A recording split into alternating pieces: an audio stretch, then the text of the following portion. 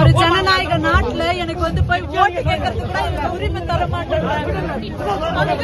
ரொம்ப டார்ச்சர் பண்றாங்க. என்ன பண்ணட்டும் சொல்லுங்க.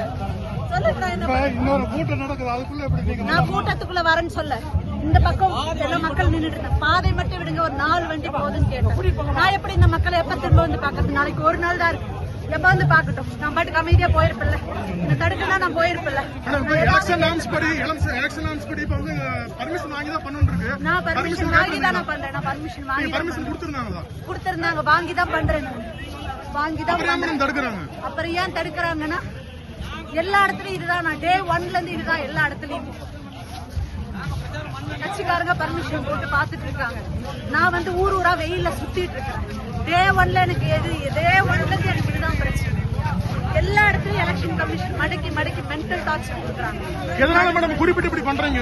குறிப்பிட்டு நிறுத்துறாங்க. செக்கிங் 10 ஆட நிறுத்துறாங்க. ஒரு நாளைக்கு 10 ஆட நிறுத்துறாங்க. செக்கிங் அங்க இங்க செக்கிங்னு டார்ச்சர் பண்றாங்க. அன்னைக்கு அவர் சீமான் அங்க நின்று பேசிட்டு இருந்தாரு. 2 பக்கமும் தொல்லலாம மக்கள் போயிட்டு தானே இருந்தாங்க. இன்னைக்கே என்ன விடல.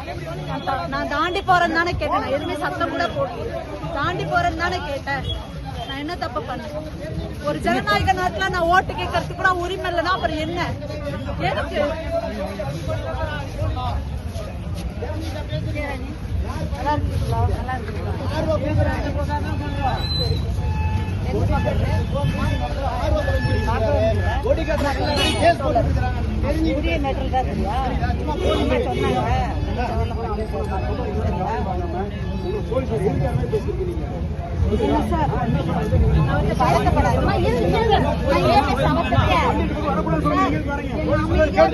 நான் சவுண்டே போகாம போடாம அமைதியா நிறுத்திருந்தா நான் போயிருப்பேன். நான் ஊர் வெளியில போவேன்.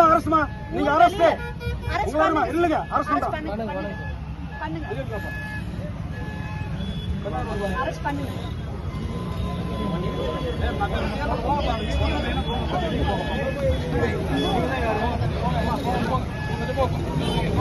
கிளம்புங்க.